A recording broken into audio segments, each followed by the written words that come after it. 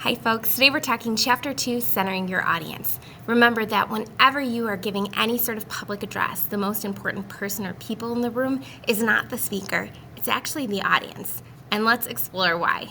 So it's that time of the semester. I'm just doing a quick check-in. How are you feeling? Are you overwhelmed? How are you balancing all of your time? Take a second to reflect and then regroup.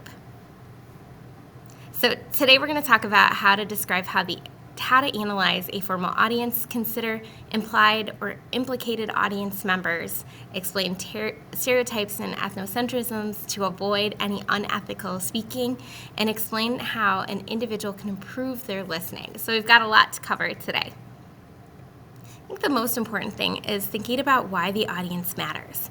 They're our target, our goal. When we are crafting a message, we want to make sure that our message is clear. Public speaking is a shared experience. Communication is not just a one-way street. It's a cycle. It's about a series of give and take.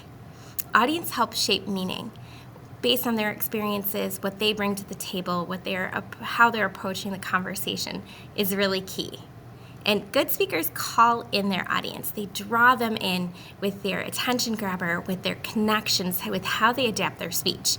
I think that's something really important to note, that whenever we're giving a formal speech, our speech should be adapted.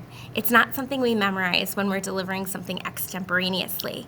No, we're adapting, and we're using verbal cues and nonverbal cues as well to be able to understand and make sure that our audience understands the overarching message. Again, the most important people in the room during the speech, they're the audience. If your audience doesn't understand the message, then your job wasn't done. And so whether you're talking in front of a huge crowd, a classroom, or a office, or in an interview situation, think about your audience and how you can tailor your message to them. Again, the most powerful people, I love this quote right here, are the people sitting in the room. They're the listeners. It's important that we know who the audience is so we can better prepare. And what do I mean by knowing who your audience is? Well, again, thinking about the purpose of the meeting, thinking about the demographics is going to be important because you want to relate the message to who your audience is specifically.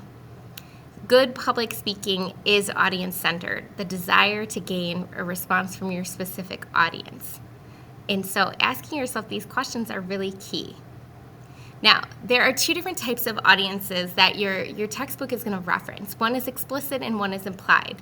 The explicit are the people that are physically sitting in front of you. So for example, if you're taking an online speech class, you have 6+ adults in front of you. That's your explicit audience. They're the people that are actually present in the moment. But the implied are the people that you're talking about, the people that are affected, people that might watch the video later. That's your implied audience. Again, same thing with a TED Talk. People live in the audience are your explicit audience, and then us, the viewers who are watching it on YouTube, we're the implied audience. And so asking yourself, who are they? Why are they here? What do they care about? Why am I sending this message to them is really key. Maslow's hierarchy of needs is something you talk in an intro to psych class, but it's also really applicable in communicative situations. Because if your audience is hungry or tired, they're not going to be effective listeners. If what you're talking about makes them feel unsafe, you're not going to reach that top of the pyramid, which is the goal, self-actualization. When you send a message, you really want your audience to not only understand or hear physically what you're saying, you want them to be actively listening and actively reflecting and maybe even making change when it comes to persuasion. Feeling like they're included and belonging is our job. This is where we can really hone people back in. Even if they're a little tired, we can draw them in with our connectivity to them. Building up their respect, building up their self-esteem, their strength, their connection is key as well to get to that ideal place where our message is heard and reflected upon. And so how do we do that? Well, one is looking at demographics. Demographics reflect how people listen. They reflect their shared experiences. However, it's important not to stereotype.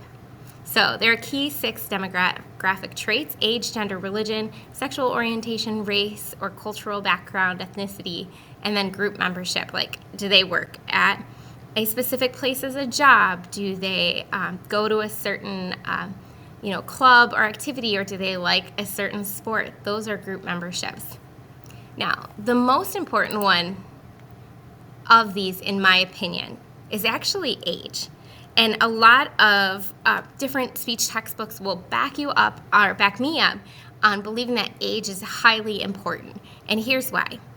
If you were born in 2001, right when 9/11 happened, and you have no memory of how the world was before or what it was like to take a plane before a lot of the securities got amped up, your frame of reference is different than someone who was born and remembers those specific times.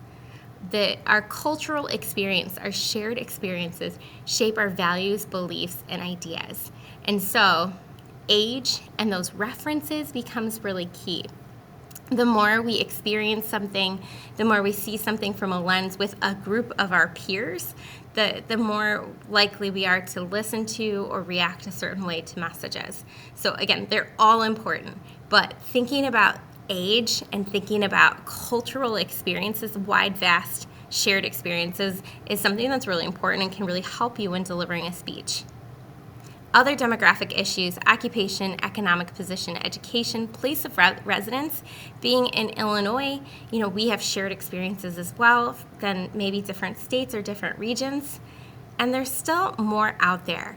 And again, these are factors or indicators. They are not clear, black and white, definitions or anything like that. It's important not to make assumptions or to stereotype people based on any of these different features. Now, when you think about audience, analyzing your audience is important. We can analyze them based on our direct observations, inferring different pieces of information based on what we know about them, doing a quick survey or gathering data, and asking some basic questionnaires. So these are all different ways that are important to analyze your audience. When you analyze your audience, be brief, clear, and only gather necessary information. People don't like taking really long surveys and surveys that don't seem relevant to the objective. So make sure that you are being really clear and concise, and also think about the types of questions. Representing impact or implied audiences is really, really key. So when we're speaking for an audience, we want to speak ethically and be inclusive.